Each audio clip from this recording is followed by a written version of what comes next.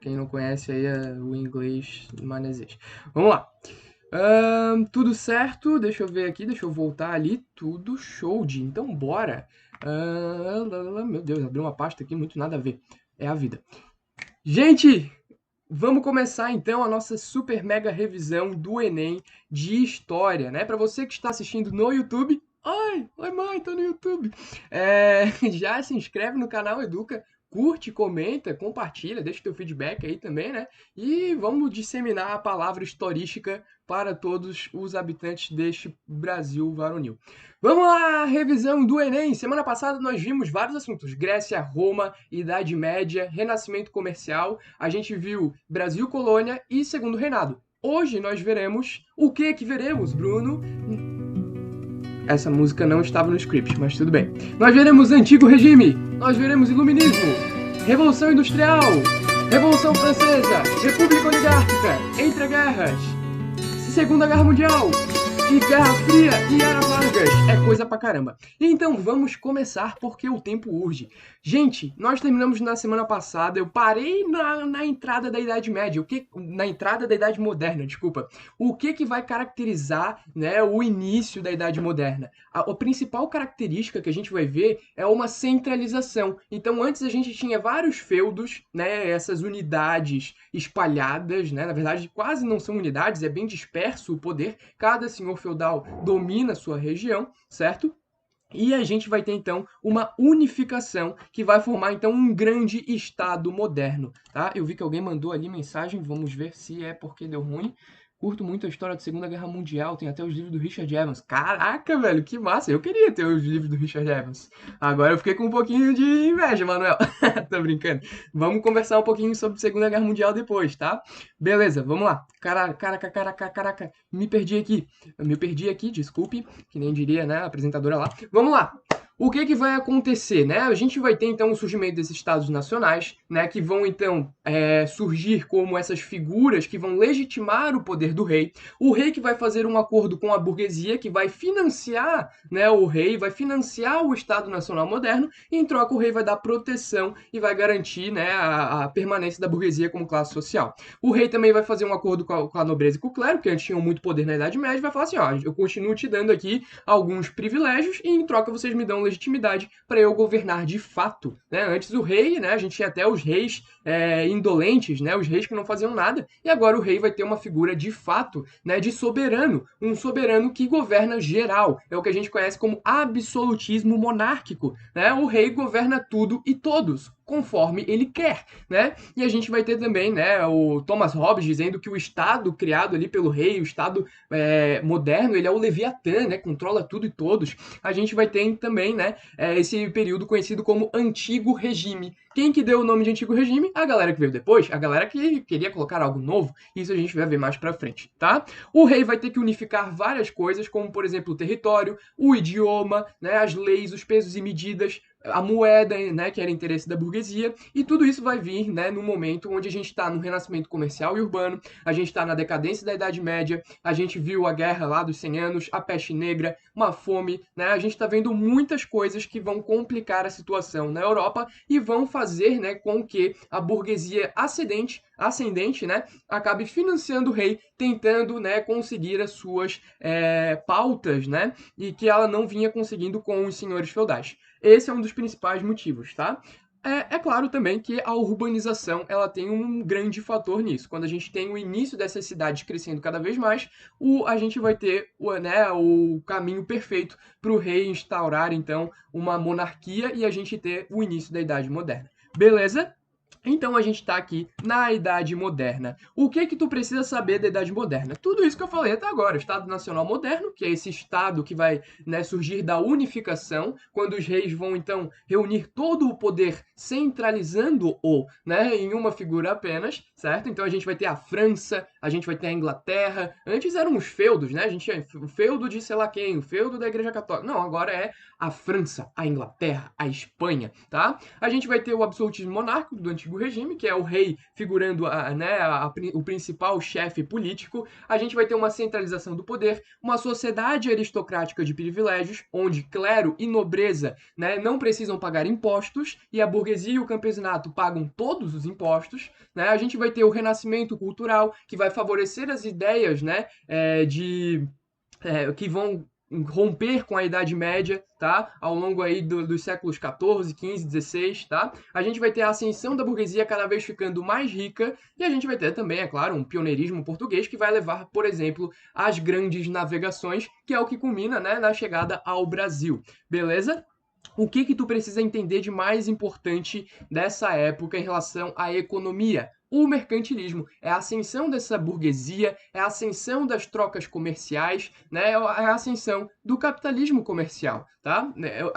Algumas pessoas chamam de pré-capitalismo, tá? Mas não é o melhor termo para ser utilizado, tá? Porque pré-capitalismo indica que só poderia surgir o capitalismo, e não foi bem assim que a história aconteceu. Por isso que aqui eu trago o que provavelmente vai cair no teu Enem: capitalismo comercial ou mercantilismo, tá? O que vai ser esse mercantilismo? Vai ser, né, essa ascensão da burguesia, né, essa propriedade privada dos meios de produção, onde uma pessoa controla o processo do trabalho, controla, né, os meios de produzir, controla as máquinas, né? Nessa época não existiam muito bem máquinas, né? Mas elas controlam todo o processo produtivo, beleza? A gente vai ter então, né, a troca. Antes era um esquema de serventia na Idade Média, agora vai ser o trabalho assalariado. A gente vai ter o aumento da economia de mercado por conta de mais pessoas podendo comprar, mais pessoas com acesso ao dinheiro. A gente vai ter as manufaturas surgindo, uma acumulação primitiva de capital, que é um dos grandes, né, temas do mercantilismo, né? Essa busca desesperada por ouro, e quem tiver mais ouro é o país mais rico, basicamente, tá? O mercantilismo ele é bem primitivo, é um capitalismo bem primitivo, né? É só arrecadar o máximo de moeda, o máximo de dinheiro, o máximo de ouro possível, tá? E a gente vai ter então, né, aqui um esquema muito importante para tu entender, que é o esquema da balança comercial favorável, que é o que mais se busca nessa época no mercantilismo, tá? Também conhecido como dirigismo econômico, né? Ou seja, o Estado vai intervir na economia. Ainda não existiam as teorias liberais do Adam Smith, tá? O que vai acontecer? Eu, Portugal, preciso vender mais, exportar mais para ter um superávit econômico, né? E eu espero que outros países, como por exemplo a Espanha, eles importem mais os meus produtos e eles não exportem tanto, né? Para que eles tenham déficit, né? E eu não arrecade esse déficit. Então é uma busca por vender mais, comprar menos e estar bem, né, em relação à balança comercial. Beleza? O que mais? O iluminismo. Gente, aqui eu vou dar um certo salto. A gente não vai ver renascimento, reformas religiosas, revoluções inglesas. Por quê? Porque esses assuntos não caem tanto. Mas o iluminismo, ele tá dentro de vários assuntos, né? Ele vai se camuflando em diversos assuntos, tá? O iluminismo, cara, é o que vai, né, o que vai fazer com que a Revolução Francesa aconteça. É o que vai fazer com que o liberalismo econômico apareça, né? Algumas pessoas dizem, né, algumas bibliografias acusam que o liberalismo veio antes do iluminismo. Mas aqui a gente vai juntar tudo porque é praticamente na mesma época, tá? O que é o iluminismo? É o século das luzes, a iluminação, é a clareza, é o ensinamento, é o discernimento a respeito do mundo, a respeito da ciência, a respeito de tudo, né? Então é uma reação ao que vinha acontecendo, né, em relação às monarquias, ao antigo regime. Então a gente vai ter uma super transição intelectual, né? O que vai caracterizar essa transição intelectual da Idade Moderna, caracterizada por esse antigo regime, passando então para a Idade Contemporânea, onde a gente teria a razão como o cerne da sociedade. O que vai acontecer? A Inglaterra vai ser precursora, porque a Inglaterra é o país mais rico do mundo, é basicamente isso, tá? Lá na Inglaterra a gente também tem um parlamentarismo que vai facilitar essas ideias da burguesia serem ascendentes, tá? Então, sim, o iluminismo surge dentro da burguesia, dentro das classes pensantes, né, das classes mais ricas, que têm tempo para pensar, que são educadas e tudo mais. Lembrando que o pobre, ele geralmente não tem condições de pagar nessa época, tá? Para ter os ensinamentos como, por exemplo, Adam Smith teve, e a gente vai ter, então, o liberalismo econômico surgindo. Quem é Adam Smith? É simplesmente o pai, né? Alguns consideram ele o pai da economia, né? É o cara que vai falar sobre a mão invisível, sobre os pontos cegos, sobre a lei da oferta e da demanda, sobre a livre iniciativa, sobre o Estado mínimo. Cara, ele vai falar um monte de coisa que a gente escuta até hoje, né? Para ele, né, no seu livro A Riqueza das Nações, ou a propriedade privada, né, os particulares, as pessoas, os indivíduos, eles deveriam ter livre iniciativa econômica. Ou seja, o Estado não deve interferir na economia, tá? A economia tem que se gerir. A economia, né, o mercado, as pessoas que devem movimentar a economia, né? Para ele existe uma mão invisível do mercado que vai mexer na economia conforme a necessidade. Não precisa o Estado ir lá e pegar a economia e fazer o que quiser com ela, tá? Essa é a teoria do Adam Smith. Então, para ele, né, a gente vai ter aí, em vez de no mercantilismo a gente tinha uma acumulação primitiva dos capitais, aqui o Adam Smith já falava, cara, a gente tem que fazer o dinheiro fazer mais dinheiro. Então, a acumulação produtiva de capitais é isso, o dinheiro fazendo mais dinheiro, seja com empréstimos, seja com títulos de dívida, né, seja com vários outros mecanismos aí financeiros e econômicos, tá? E aí o Adam Smith vai ser o pai do liberalismo, o cara que vai falar aí dos interesses da burguesia. Quais são os outros pensadores iluministas? Cara, Montesquieu é o cara da divisão dos poderes. Simplesmente o teu país hoje ele tem poder executivo, né, representado aí pelo presidente dos ministérios, poder legislativo representado pelo Congresso, deputados e senadores, e o poder judiciário representado pelo STF, tribunais regionais e assim por diante. Cara, isso só acontece no teu país hoje por conta do Montesquieu, que elaborou um trabalho extenso sobre o espírito das leis, onde ele falava que os três poderes eles deveriam coexistir, né, sendo independentes e harmoniosos. Nenhum deles podia ter mais poder que o outro, senão a gente acabaria chegando a um estágio de tirania, tá? Outro muito importante e que deve ter sido muito citado aí nas últimas semanas por conta do discurso, né, a respeito, né, da briga, da intriga, das tretas que vem acontecendo a respeito da liberdade de expressão. É ele, Voltaire, né, que nos seus livros Cartas Filosóficas vai defender a liberdade civil, seja ela de expressão, seja ela de ir e vir, seja ela de votar, ele vai defender a liberdade como um todo. Ele era contra qualquer tipo de censura, e inclusive ele falava o seguinte, né, posso não concordar com uma palavra do que dizes, mas defenderei até a morte o direito de dizê-la. Olha que coisa linda, né? O Voltaire aí dando uma aula de liberdade de expressão e tudo mais. E, enfim, né? Provavelmente vocês ouviram falar aí do Voltaire, ou pelo menos essa frase, ou pelo menos algo parecido com isso, que é contemporâneo pra caramba, tá? Isso daí é usado até hoje como argumento, tá? Outro, né, muito famoso, Jean-Jacques Rousseau, que vai falar sobre a origem das desigualdades. Ele que era um cara defendendo a democracia, considerado radical pelos seus amigos iluministas por defender a democracia. O Montesquieu e o Voltaire não acreditavam em democracia. O Rousseau acreditava. Ele falava que a propriedade privada, ela trazia o início das desigualdades entre os homens, né? Um homem vai lá e cerca um pedaço de terra, ele já tem mais do que o outro, né? E aí a gente vai ter o início das desigualdades sociais. Para o Rousseau era necessário um novo contrato social, né? Ele era contratualista aí, para vocês que, né, deve ter visto isso em filosofia, ele era contratualista e ele dizia que, né, precisava de um novo contrato social pautado na democracia. Beleza? Revolução Industrial. O que vai ser a Revolução Industrial? Ao longo desse processo de iluminismo, né, ao longo do século XVIII, a gente vai ter a ascensão das máquinas, a ascensão do trabalho sistematizado, né? A gente vai ter a passagem da manufatura para a maquinofatura, a evolução da ciência, a evolução da engenharia, né? E a gente vai ter também, né, cada vez mais os burgueses que eram ricos, os burgueses que eram detentores dos meios de produções, né, aumentando ainda mais as suas posses dos meios de produções, chegando a controlar todo o processo produtivo, né? E só sobrando para os trabalhadores, agora chamados de proletários, a capacidade de vender o próprio trabalho, né? Vender a própria capacidade de trabalho foi a única coisa que restou aos trabalhadores. O que vai acontecer, né? Aqui a gente traz a primeira Revolução Industrial, que aconteceu particularmente na Inglaterra, porque a Inglaterra era o país mais rico do mundo, a Inglaterra era o país que tinha parlamentarismo, né, onde as pautas burguesas conseguiam avançar, e a gente vai ter então nessa passagem do capitalismo comercial para o capitalismo industrial, né, para o capitalismo da acumulação produtiva, onde a gente vai começar a aplicar as teorias econômicas do Adam Smith. tá, galera? A gente vai ter aí, né, a máquina a vapor do James Watt, né? A gente vai ter aí carvão mineral, mais pra frente trens surgindo.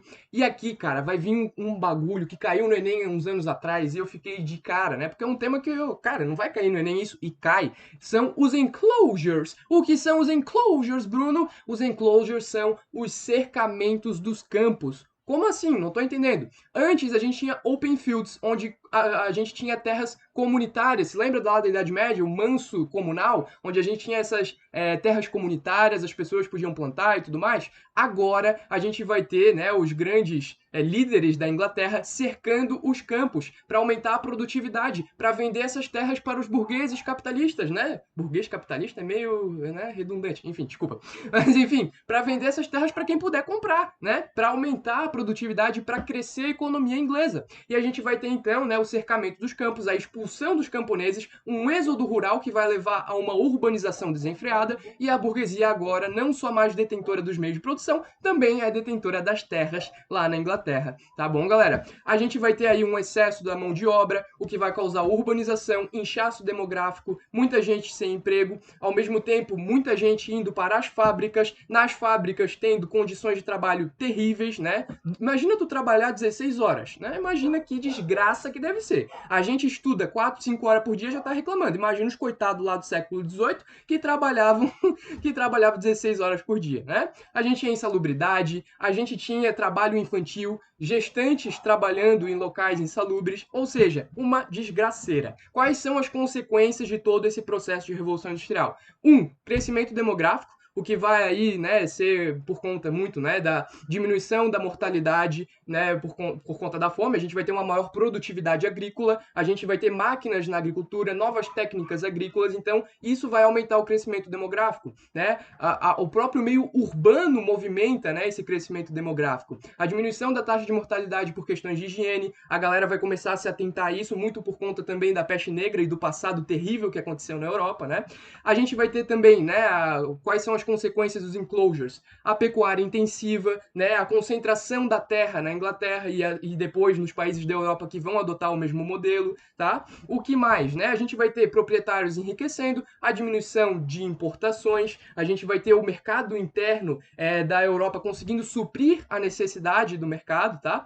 E a gente vai ter, de maneira geral, uma nova etapa, é a consolidação do capitalismo, é a consolidação do método liberal. Beleza, galera? O que vai acontecer é que as ideias iluministas, as condições industriais, as condições da sociedade vão levar a uma revolução na França, tá? Por que na França? Porque na França a gente tinha, né, aqui eu trago as etapas, mas na França a gente tinha um antecedente de muitos privilégios. O rei, né, ele fazia o que ele queria, gastava dinheiro pra caramba. A gente tinha o Luís, né, o Luís XVI falando, né, o Luís XIV, desculpa, Luís XIV, o Rei Sol falando, o Estado sou eu, né? Nem se achava o Luís XIV. Depois o Luís XVI, né, da linhagem dessa era de Luíses, ele vai assumir o poder na França e ele vai pegar a bomba, né, a bomba relógio que era a sociedade francesa. Por isso que eu desenho aqui essa pirâmide aqui como uma bomba, né? Porque a gente tem, cara, o clero e a nobreza não pagando imposto nenhum. E os servos, a burguesia, os camponeses, o sans-culotte, o cordelier. Quem que é sans-culotte? É o pobre. Quem que é o cordelier? É o pobre, muito mais pobre que o sans-culotte. Essa galera toda, cara, pagando todos os impostos, arcando com todos os custos do Estado francês. E aí a gente vai ter uma crise de produção e abastecimento, fome, dificuldades nas importações, o que vai levar a uma revolução majestosamente grande, tá? A gente vai ter aqui algumas etapas, né? A gente vai ter primeiro a Assembleia e a Monarquia Constitucional, que são fases mais moderadas. Depois a Convenção Jacobina, também conhecida como República Jacobina, que vai ser a ala radical, né, do momento histórico, e o Diretório, que vai ser outro período conservador. Beleza?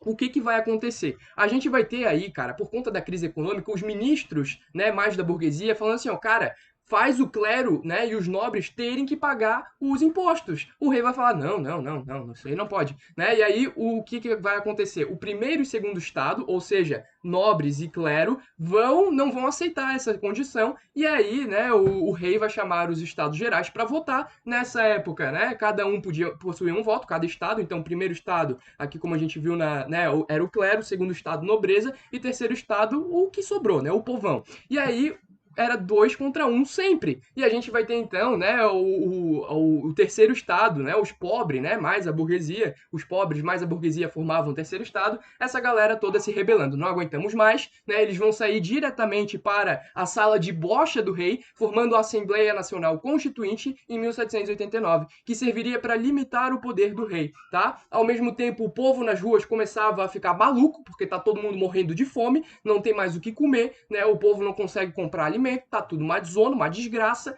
e a gente vai ter a tomada do arsenal e a queda da Bastilha em 9 de julho de 1789, que daria o início à Idade Contemporânea. Que, cara, é a idade que tu vive. Tu vive na Idade Contemporânea que surgiu lá em 1789. Olha só que doideira, né? E o que que vai acontecer? A gente vai ter a tomada do poder pelos revoltosos, né? Por toda essa Revolução Francesa. Lembrando que revolução a gente só usa quando o povo está envolvido, tá? Se foi só uma oligarquia, tá? Se foi só uma pequena parte da população, né? Um pequeno grupo da população que tomou o poder, a gente chama de golpe, geralmente, tá? Quando é o povo todo se mobilizando para derrubar um determinado governo, a gente chama de revolução, beleza? O que que vai acontecer? O povo todo foi pro palácio do rei, o rei falou, ai meu Deus, o que que eu faço? E aí a gente vai ter o rei permitindo, né, a tomada do poder aí por todo o terceiro estado.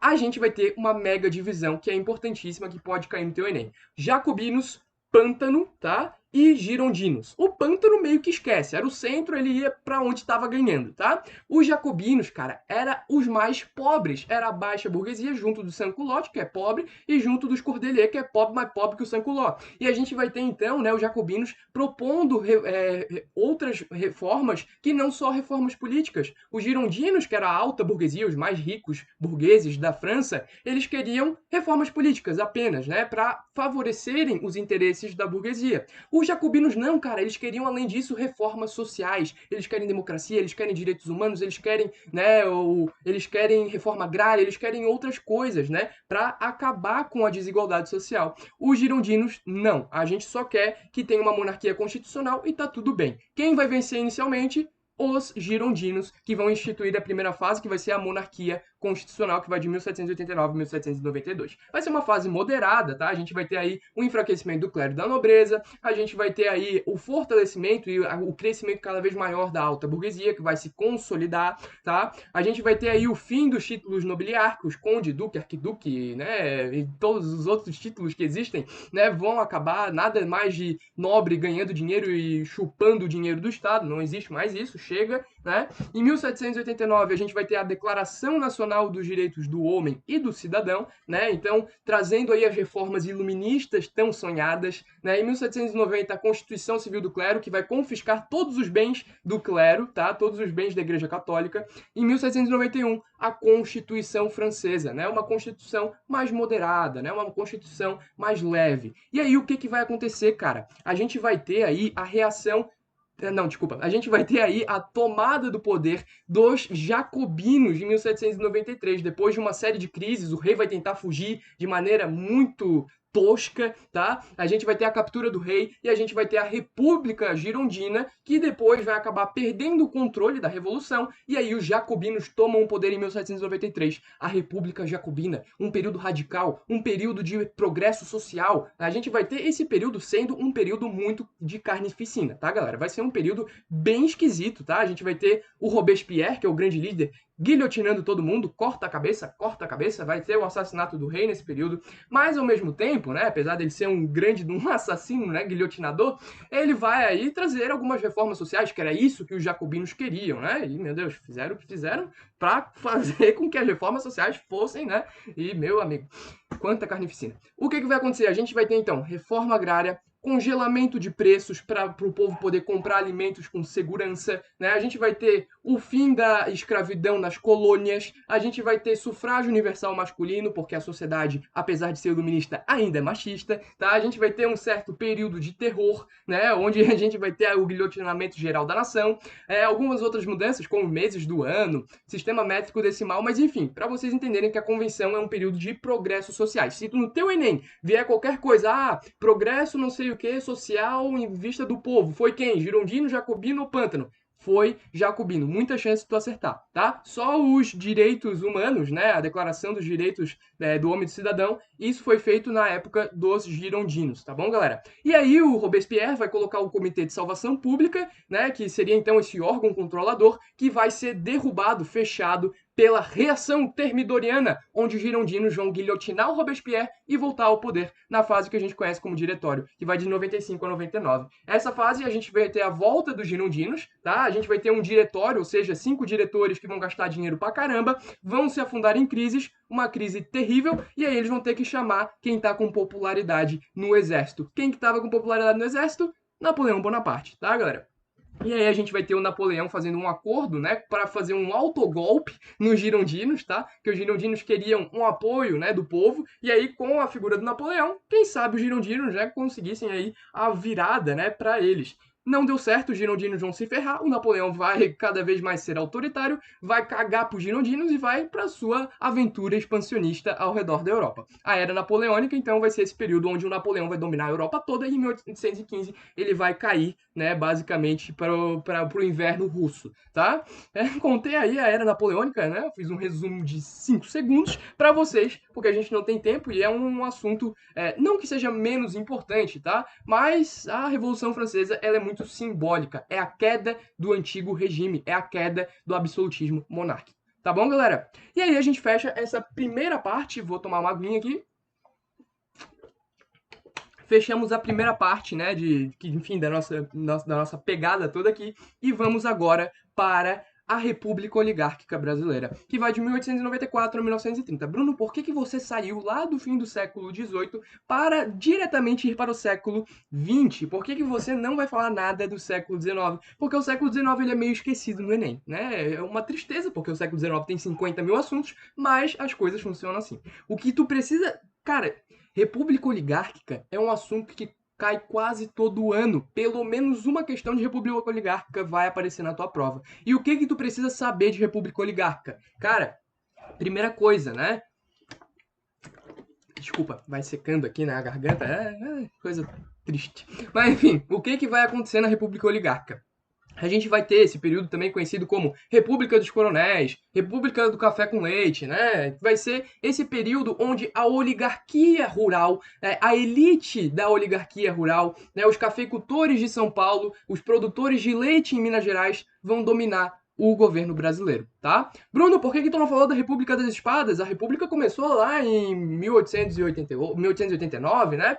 Por que tu não tá falando do Marechal Deodoro da Fonseca e Floriano Peixoto? Porque cai muito mais a República dos Coronéis, tá? Mas é importante sim saber que a gente vai ter um período provisório de Deodoro da Fonseca, depois ele vai se tornar um pouco autoritário, ele vai acabar, né, fechando o Congresso, né, vai ter revolta da Armada, depois assume Floriano Peixoto, vai ter a segunda revolta da Armada, Floriano Peixoto um ditador desgraçado, no fim das contas Floriano Peixoto entrega o poder para quem? Para Prudente de Moraes, que vai ser um grande cafeicultor. E aí começa a República dos Coronéis. Pronto, para não dizer que eu não falei da República das Espadas, beleza? O que vai acontecer? A gente vai ter essa elite finalmente chegando ao poder depois de tanta luta política, tá? A República do Café com Leite, a política do café com leite vai ser, né, esse mecanismo onde sempre vai alternar o poder entre São Paulo e Minas Gerais. São Paulo, Minas Gerais. São Paulo, Minas Gerais, que são os dois principais estados. E os estados, né, periféricos vão ganhar outros cargos, né, como por exemplo no Congresso. O que foi a política dos governadores? Vai ser uma política a partir do governo Campos Salles, que vai ser o segundo presidente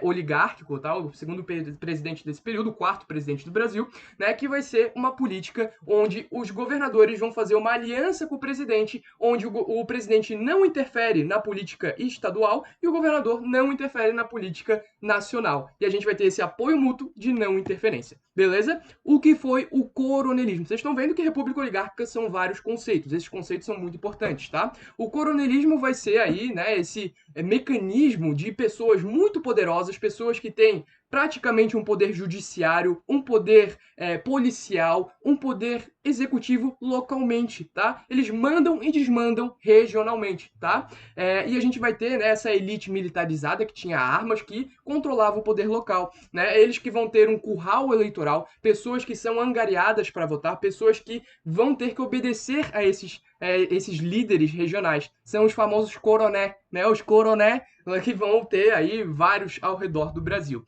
tá?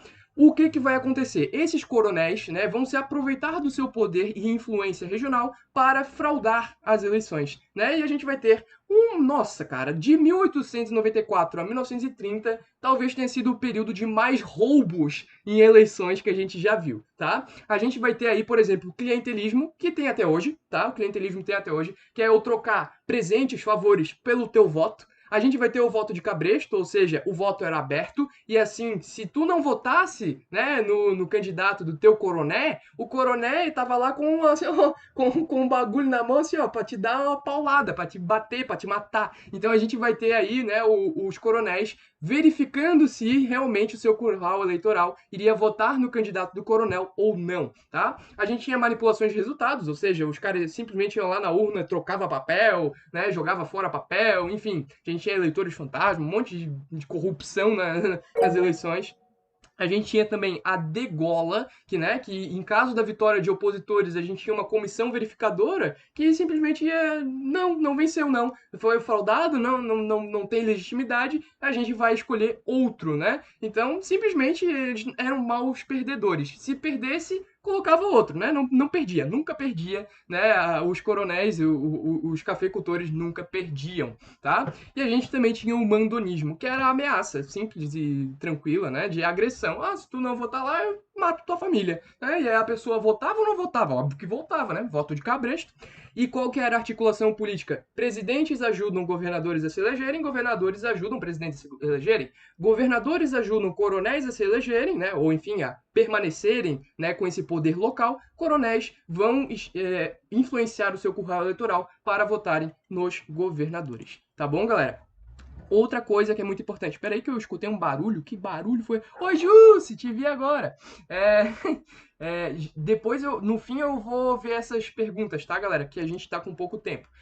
Depois eu volto aí, beleza, galera? Mas vamos lá. Quais foram as revoltas da República Oligárquica? Gente, as revoltas da República Oligárquica, elas são divididas em duas categorias, tá? Duas categorias. As rurais, ou seja, no interior, e as urbanas, nas cidades, nas grandes cidades. O que vai acontecer? São muitas, não tem como eu passar tudo para vocês, tá? Eu vou trazer aqui pra gente uma que é principal, que é assim, cara, caiu no ano passado e pode cair de novo esse ano, porque ela é muito importante. Caiu nos últimos 2 anos, caiu essa revolta. É a revolta da vacina. E essa revolta ela é tão importante, né, por conta do momento que a gente vive, né, de pessoas se negando a tomarem vacina, né? Então a gente vai ter aí, cara, não só um medo da seringa, e era uma grande de uma seringa, até eu teria medo na época, tá? Eu de vendo as fotos depois. Tem uma foto aqui eu vou mostrar pra vocês. Olha o tamanho dessa seringa. Olha isso, cara. Se viesse pra meter esse bagulho no meu braço, eu saía correndo. Não sei vocês. Mas enfim, não era só o medo da seringa. Era toda uma questão política também, cara. Porque nessa época a gente tinha o prefeito Pereira Passos no Rio de Janeiro, que ele estava destruindo os cortiços, ele estava destruindo a cidade toda. Ele queria modernizar a cidade do Rio de Janeiro, tá? E a gente vai ter então, né, essa política do quebra-quebra, procurando fazer uma gentrificação, né? Procurando o que era gentry. No século XVII, lá na Inglaterra, a gentry era a burguesia, os finos, né? Os ricos. E aí o Pereira Passos, né? Acompanhado aí do presidente Rodrigues Alves da época, ele vai fazer essa super política de quebra-quebra, destruindo, alargando as ruas, né? Do Rio de Janeiro, o que vai aumentar o processo de favelização e exclusão social. A galera já estava muito puta, nossa, eles estavam muito pé da vida, que tiveram que subir os morros, tiveram que sair dos seus cortiços, saírem de suas casas próximas às praias, próximas aos centros urbanos, tiveram que se periferizar, né? E aí chega um cara chamado Oswaldo Cruz, que vai fazer a vacinação obrigatória. E aí, cara, quando chega aqueles malucos com aquelas seringas gigantes na mão, né, entrando nas casas, né, e metendo a força no braço das mulheres, né, no braço dos filhos, né, no braço de todo mundo, cara, eles vão se enlouquecer. E a gente vai ter, então, o levante popular, né, que vai ser por conta de toda essa repressão e também por conta da vacina. É claro, né, que a vacina, ninguém parou para explicar para o povo o que estava acontecendo, e aí é claro que vai acontecer isso, tá? A gente vai ter alguns mortos, né, por conta dessa revolta, vários presos, algumas pessoas degradadas para o Acre, tá? Nessa época aí a gente teve o processo de compra do Acre também, mas isso é provavelmente não vai cair no Enem, tá? Mas enfim, aqui trazendo para vocês aí, né, toda essa questão. Essa aqui é uma charge muito famosa, tá? E o povo foi para as ruas com o que tinha, né? Machado, jarra, vassoura, o que tiver na tua casa, vamos para cima desse exército sanitarista do Oswaldo Cruz, tá, galera? Aqui algumas outras fotos, aqui o próprio Oswaldo Cruz, tá? Um grande sanitarista brasileiro. Aqui eles derrubaram derrubaram um veículo, cara, olha que doideira. E aqui outra charge da época. Beleza, galera? E aqui, gente, é claro que eu podia falar do contestado, é claro que eu podia falar, mas o tempo urge e eu tenho que falar outras coisas para vocês, tá? Depois eu faço uma retomada, né, na República Oligárquica quando a gente for ver a Era Vargas. Mas agora, cara, eu preciso que tu acompanhe comigo um processo que aconteceu. A gente vai ver, depois da Revolução Industrial, da Revolução Francesa, da Era Napoleônica, o crescimento do capitalismo, certo? O capitalismo vai crescer tanto, crescer tanto, crescer tanto, que vai gerar, né, a necessidade de busca de outras fontes de riqueza, outras fontes de mercado consumidor, que vai gerar o imperialismo. O imperialismo vai ser um processo de lutas, disputas e dominações nos continentes africano e asiático. Essas disputas vão acabar se acirrando tanto que vão gerar uma guerra mundial. É o que a gente conhece como Primeira Guerra Mundial. Tá bom, galera? Essa Primeira Guerra Mundial, ela vai ser, né, da Tríplice Aliança contra a Tríplice Entente, né? Ou seja, vai ser a Alemanha, o Império Austro-Húngaro, né? E a Itália aí contra, né, a Inglaterra, a Rússia e a França. No fim das contas, a Tríplice Entente vence, a Tríplice Aliança perde e a gente vai ter então, né, a Alemanha sendo a grande culpada de todo esse conflito. A Alemanha, cara, vai passar por um período desgracento. A República de Weimar, no período de entreguerras, né, que vai ser aí o período de 1918 até 1939, a República de Weimar, ela, cara, vai sucumbir, né? A Alemanha está passando por um processo inflacionário tremendo, um processo as pessoas não conseguem comprar comida. E aí, cara, o que, que vai acontecer? Vão surgir, né, os ideais. Cara, a gente tem que se vingar, a gente tem que lutar contra a fome, contra a miséria, a gente tem que vingar a Alemanha, porque a Alemanha sofreu, né, um ditado, não foi um tratado de Versalhes, foi um ditado o que aconteceu em Versalhes. E nós temos que recuperar toda a nossa soberania, né, alemã. Quem que falava isso? O Bigode, né? O Bigode falava isso. Vocês sabem de toda essa história, né? Com certeza. Mas eu precisava fazer essa introdução para vocês entenderem qual é a principal causa da Segunda Guerra Mundial. Qual é a principal causa da Segunda Guerra Mundial?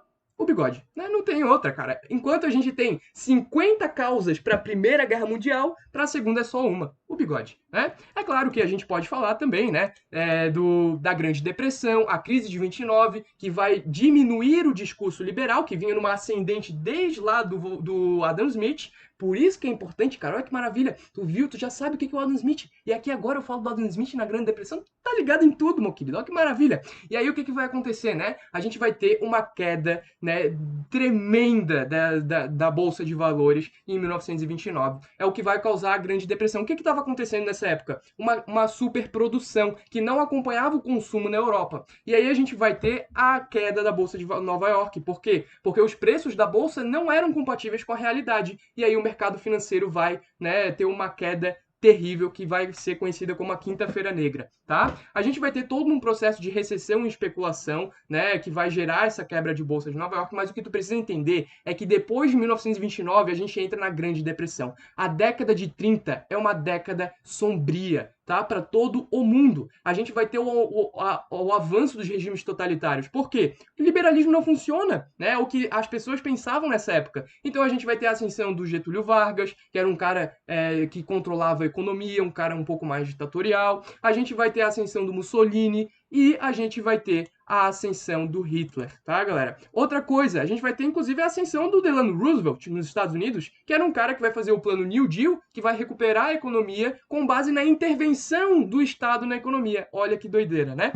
Mas, enfim, a gente está vendo a crise do liberalismo, a crise das democracias, tá? É claro que nos Estados Unidos a gente vai ter democracia, mas ainda assim a crise, né, do sistema que vinha vencendo, né, e se tornando predominante há muito tempo.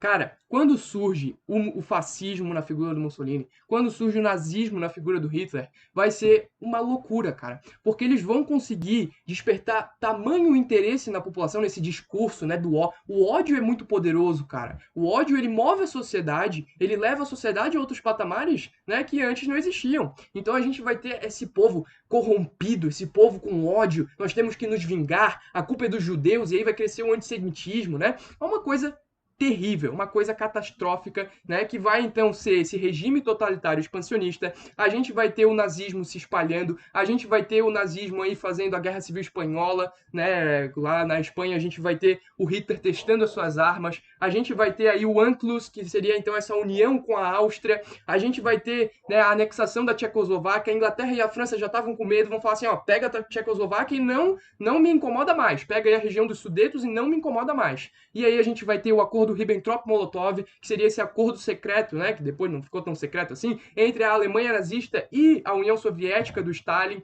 né? E a gente vai ter em setembro de 1939 o ápice, que é a Inglaterra e a França vão ficar, cara, não dá mais para aturar o Bigode. A gente tem, né, que fazer alguma coisa. Quando o Bigode invade a Polônia, a gente vai ter a declaração de guerra. O conflito, inicialmente, tá, de 1939 a 1941, vai ser um conflito de avanço do eixo. O eixo vai dominar tudo, cara. O eixo vai, nossa, vai brutalizar o bagulho, tá? Tanto que na Europa só vai sobrar a Inglaterra. O eixo consegue dominar boa parte da França, tá, galera? O que vai acontecer? Não é só a Alemanha. O Japão está controlando o Oceano Pacífico inteiro. Então, até 1941, a gente vê um predomínio do eixo, né? A gente vê o nazismo, né? A figura do Hirohito, né? A figura desse fascismo japonês, digamos assim. Essa galera, o Mussolini, né? O Mussolini que estava fraco, né? A Itália não ajudou em nada, né? O Hitler tinha que ajudar a Itália em todas as guerras que a Itália queria travar. Mas, enfim, a gente vai ver, cara, praticamente o fascismo dominando o mundo. Quem irá nos salvar? Capitão América, né? É claro que os Estados Unidos irá nos salvar, né? A gente vai ter, galera, a entrada dos Estados Unidos na guerra, tá? Por que os Estados Unidos vão entrar na guerra? Por conta, né, é claro, do ataque lá ao Pearl Harbor. O Japão vai atacar os Estados Unidos declara guerra ao Japão, e aí o Japão, né, e aí a Alemanha vai declarar guerra aos Estados Unidos, tá? Mas não é só os Estados Unidos que vai entrar na guerra em 1941, a gente vai ter a entrada da União Soviética. E a União Soviética, cara, tem muita gente para lutar. Vocês não têm noção, a União Soviética tem um exército gigante, né? Tem um líder maluco pra caramba que tá prestes a fazer o que for preciso para derrotar o nazismo, que é o Stalin, e a gente vai ter então a Batalha de Stalingrado, a primeira derrota do nazismo, tá, galera? E a gente vai ter muito morticínio, muitas batalhas, até que a gente vai chegar aí em 1943, a invasão de Marrocos, acaba a guerra na África praticamente, o avanço dos Estados Unidos no Oceano Pacífico, tá? E em 1944, dia D, a gente vai ter a recuperação da área ali perdida na França, com a invasão da Normandia, tá? E a gente vai ter o nazismo se recolhendo, diminuindo, até que a gente vai ter uma mega ofensiva da União Soviética e dos Estados Unidos, uma frente oriental da União Soviética, que foi dominando tudo, e uma frente capitalista, aí composta por Estados Unidos, Inglaterra e França. Quem vai chegar primeiro? A União Soviética, tá? E a gente vai ter então, né, o cerco a Berlim e o suicídio do Bigode, do Adolfo, né, o desgraçado. E aí a gente vai ter, né, o fim da Segunda Guerra Mundial?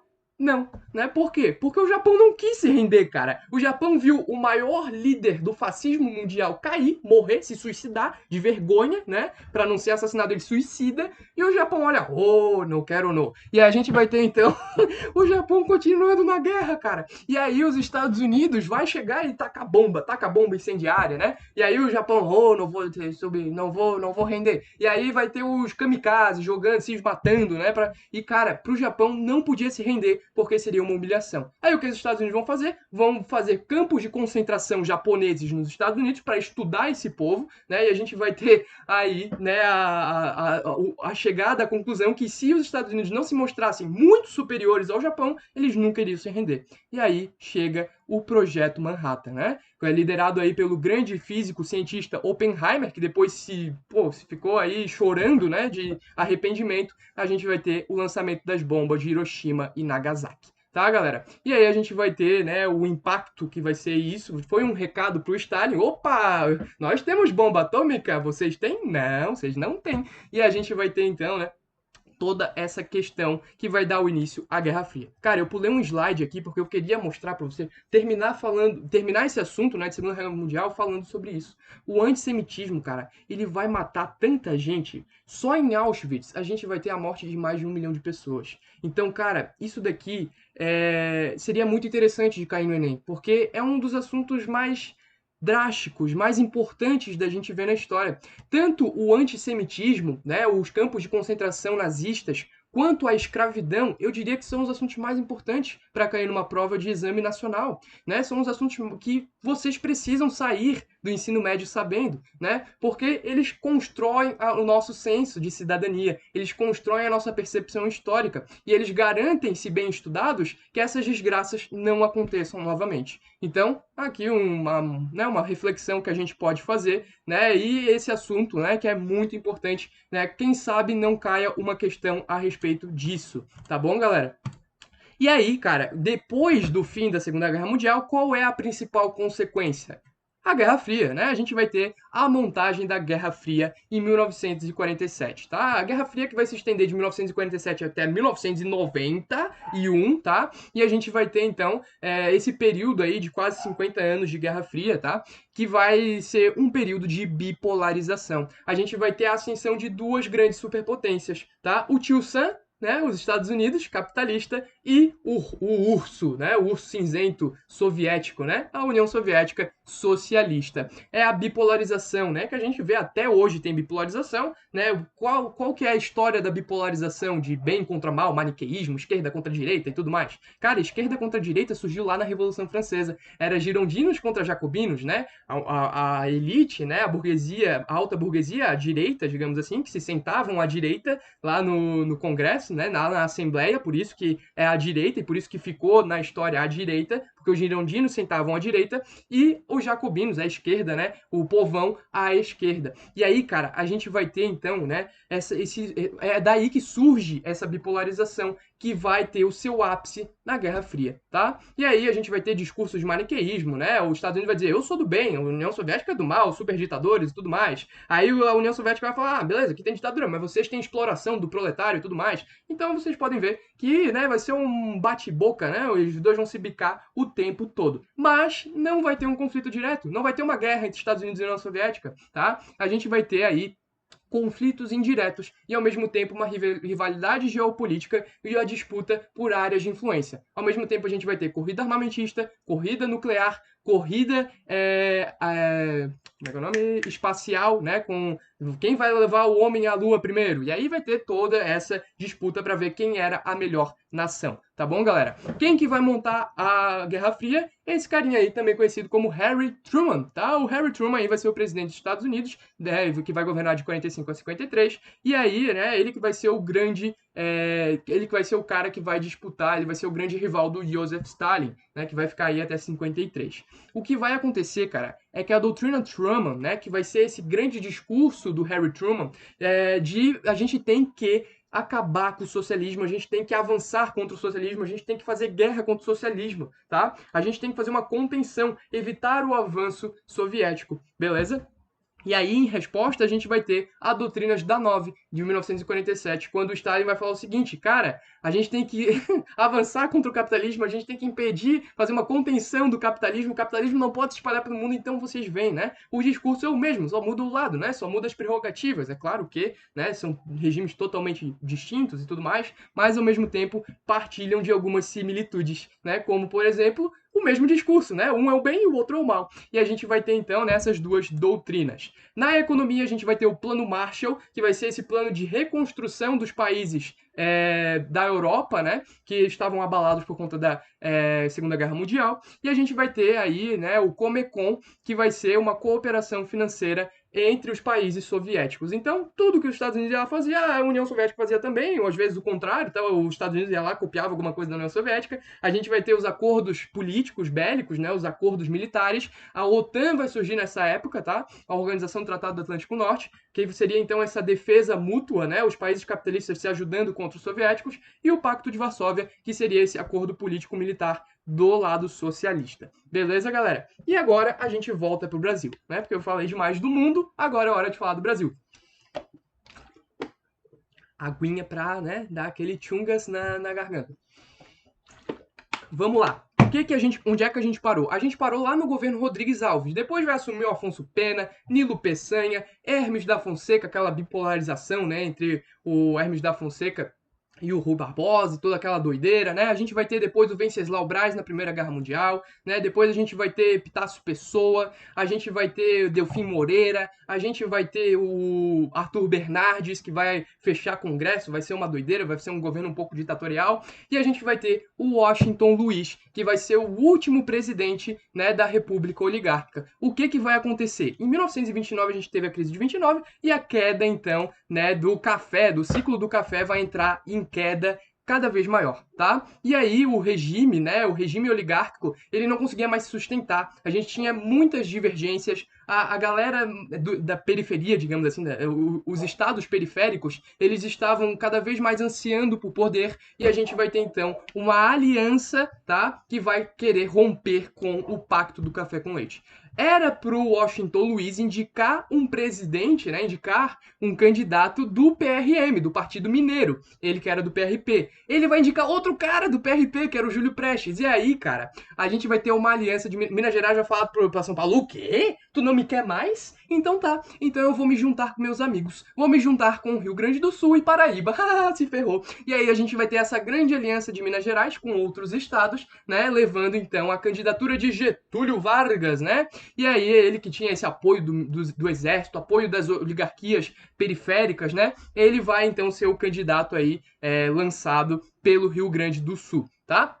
O que vai acontecer? Vai ser uma disputa para ver quem que vai roubar mais. No fim das contas, o PRP consegue roubar mais nas eleições, e a gente vai ter então, né, a eleição de Júlio Prestes. E agora, Getúlio Vargas não foi eleito, e o que vai acontecer? A gente vai ter, cara, o vice do Getúlio Vargas, o João Pessoa da Paraíba, ele vai ser assassinado. Só que ele não foi assassinado pelo PRP, ele foi assassinado porque ele se meteu numa briga lá de bar, cara. E aí o Vargas vai usar isso, né, pra dizer, ó, Júlio Prestes tá perseguindo opositores. E aí a gente vai ter o exército, os tenentes, os coronéis dando apoio pro Vargas. E a gente vai ter, cara, um golpe em 1930. O golpe de 30, onde a gente vai ter os tenentes do Rio de Janeiro derrubando o Washington Luiz. Exatamente, o Júlio Prestes nem tinha assumido ainda, e aí o Vargas vai ser o próximo presidente do Brasil. Não teve guerra porque, enfim, não tinha como, o exército estava todo do lado do Vargas. E aí começa, cara, né, aqui algumas imagens, tá? A campanha do Júlio Prestes, votar em Júlio Prestes é manter a unidade nacional. Como a galera gostava de fazer propaganda, né? Aqui a chegada do exército, né, em São Paulo e tudo mais, Rio de Janeiro, aqui mais embaixo. A gente tem aqui o Getúlio Vargas no discurso de posse e tudo mais, enfim. As Forças Armadas tomam o poder e começa a Era Vargas, que vai de 1930 a 1945. Esse período, né, do Vargas, ele tem 3 fases. O governo provisório, onde não tem Constituição, o governo constitucional, que pelo nome diz tem uma Constituição, e o Estado Novo, que vai ser o período da brutalidade, o período da ditadura varguista, tá? O que vai acontecer? Ele vai ser o segundo presidente provisório do Brasil, lembrando que o Deodoro da Fonseca foi presidente provisório, né? E depois ele é eleito, né, de forma indireta. A gente vai ter o Getúlio Vargas sendo essa figura centralizadora. Ele não era, cara, e aqui vem um conceito muito importante, né? Ele não era federalista, ou seja, ele não queria espalhar o poder entre as unidades da federação, né? E ele era um cara que queria o poder todo na mão dele, o poder todo ali no Rio de Janeiro, que era a capital do Brasil nessa época, tá?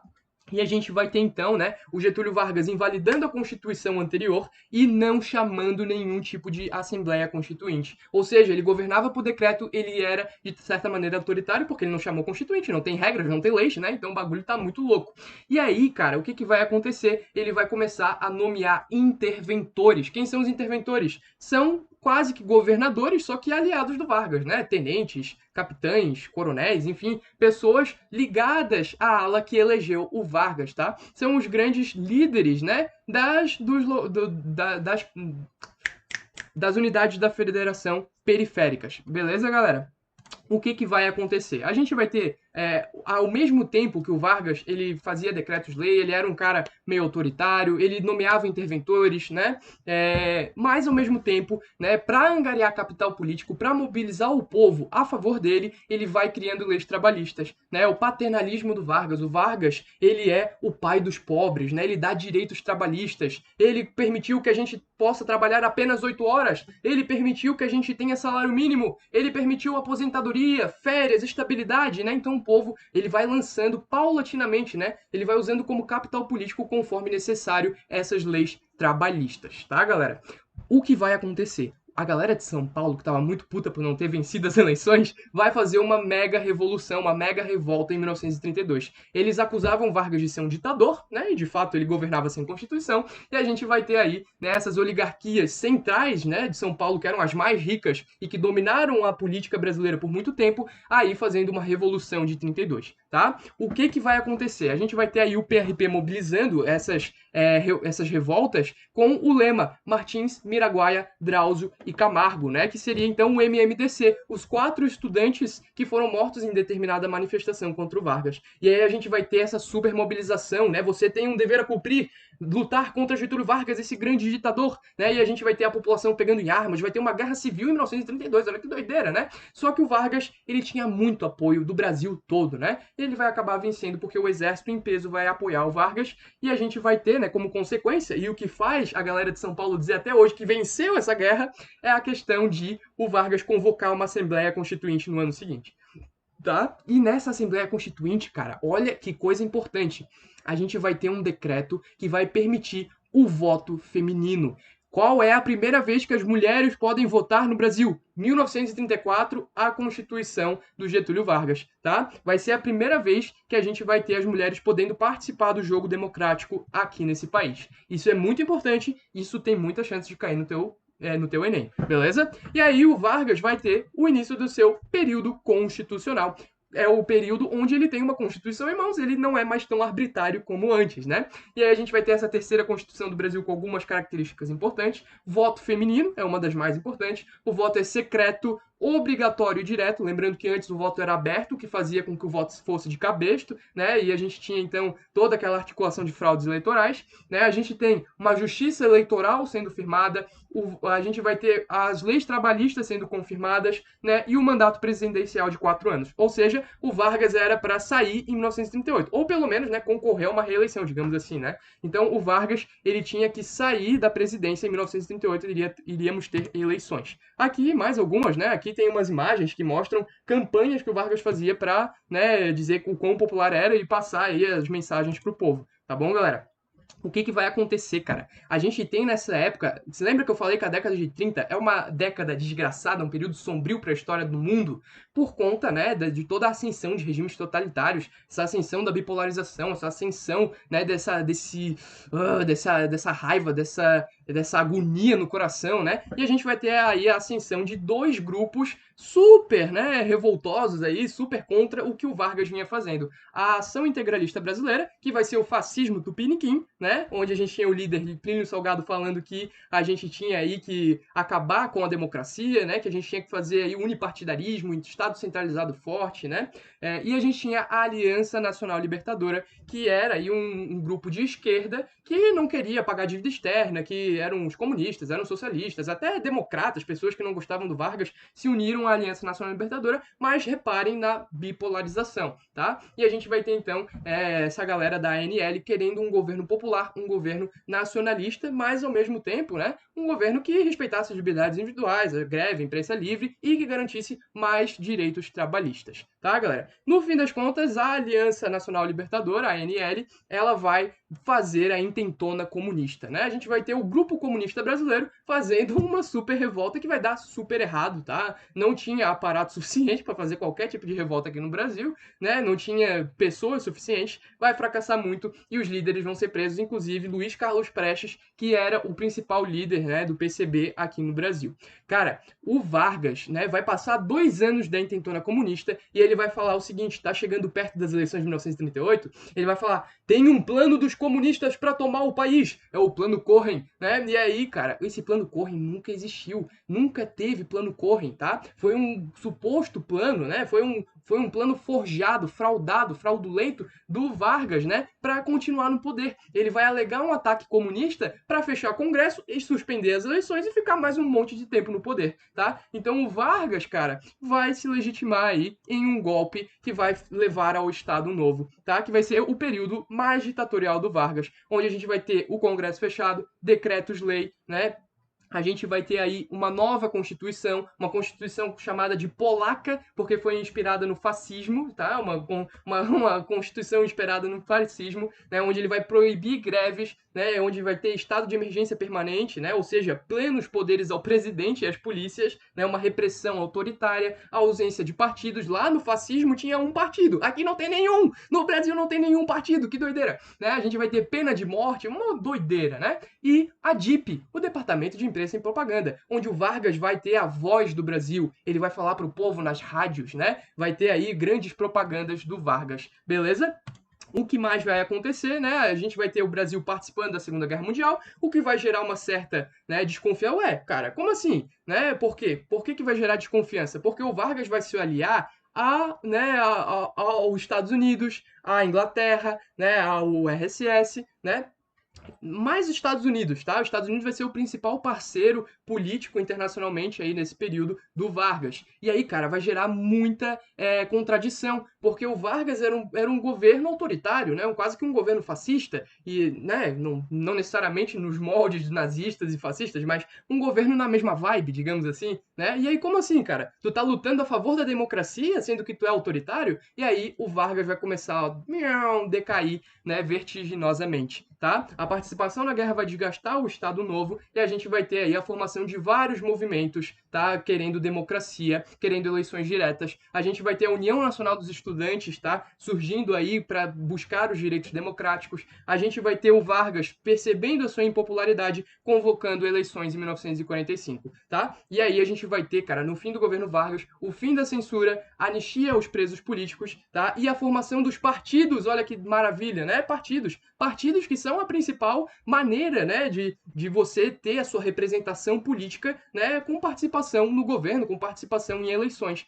E a gente vai ter, então, a União Democrática Nacional, um partido de direita, o PSD, tá, Partido Social Democrático, um partido de centro, às vezes centro-esquerda, PTB, Partido Trabalhista, que foi o partido criado pelo Vargas, ele que vai ajudar a criar um partido de esquerda, ele que, né, falava da ameaça comunista do Plano Cohen, então para vocês verem como o Vargas vai mudando ao longo do tempo, e o PCB sai da clandestinidade. O povo vai querendo Vargas, mas no fim das contas ele vai sofrer um golpe meio tranquilo, tá?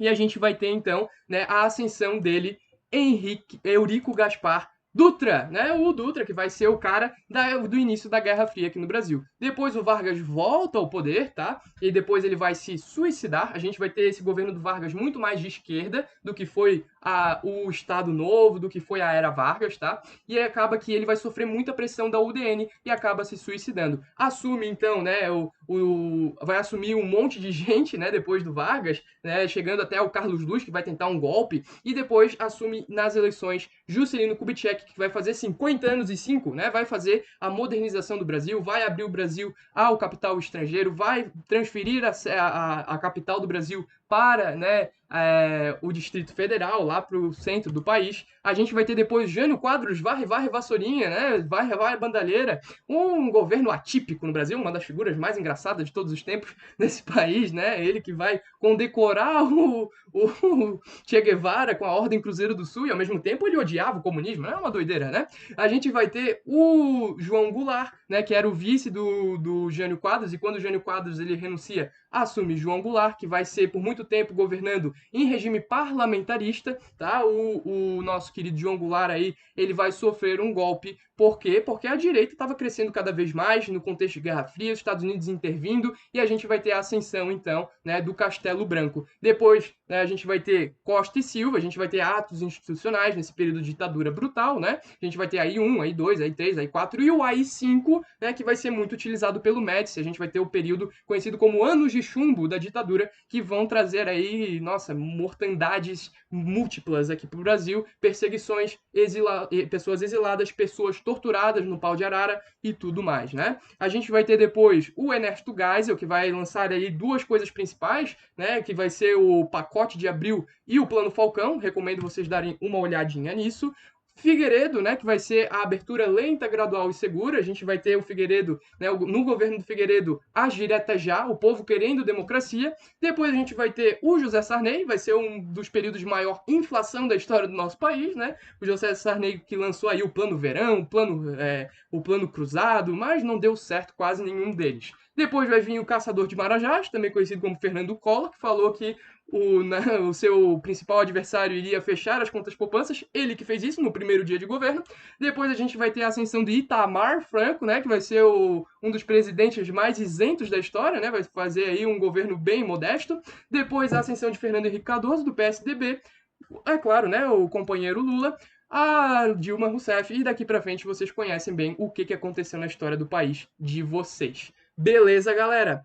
Gente, era isso que eu tinha para falar para vocês.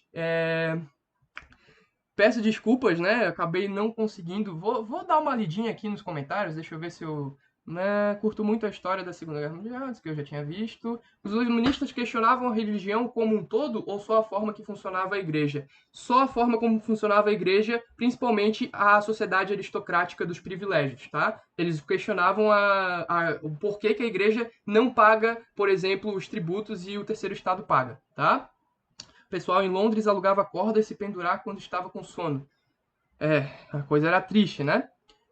General Inverno, massa. Ó, a galera tá com os conceitos aí. O Lavoisier perdeu a cabeça também. Rui Barbosa contra Hermes da Fonseca, eu acho que eu citei isso, né? Quem foi que falou? Manuel Neto, sim, isso daí é bem interessante. Mas enfim, né? É uma coisa um pouco mais pontual, né? Não dá muito tempo da gente ficar falando. A seringa é bem grande. Oh, a seringa me dava medo. Muita treta, a Itália mudando de lado. Nova. A Itália sempre escolhe o lado errado, né? O Robert Oppenheimer consultando o Albert Einstein, sim. É bem legal essa história. Gente, desculpa eu não ter, né, participado de toda essa. Parece ter sido muito rico, né, os comentários de vocês no chat. Mas enfim, galera. Beijão, espero que vocês tenham aproveitado, né, toda essa nossa revisão. Nossa, a gente viu muita coisa, tá? Peço desculpas aí se, enfim, né, se não deu para dar muita atenção para vocês, mas eu queria, né, passar bastante coisa, revisar bastante coisa para vocês, né? Espero que tenha ajudado. A gente volta daqui, não a semana que vem, mas na outra, com as dicas finais para eu tranquilizar vocês, né, na semana derradeira. E, gente, continuem assim, continuem indo em monitorias, continuem aproveitando o conteúdo que o canal Educa para vocês, que eu tenho certeza que vocês vão ter um notão no Enem, vão passar e vão mudar aí a vida de vocês, vão mudar aí as comunidades locais de vocês, tá bom, galera? Beijão, uma boa quinta-feira para todo mundo, falou! Valeu, galera!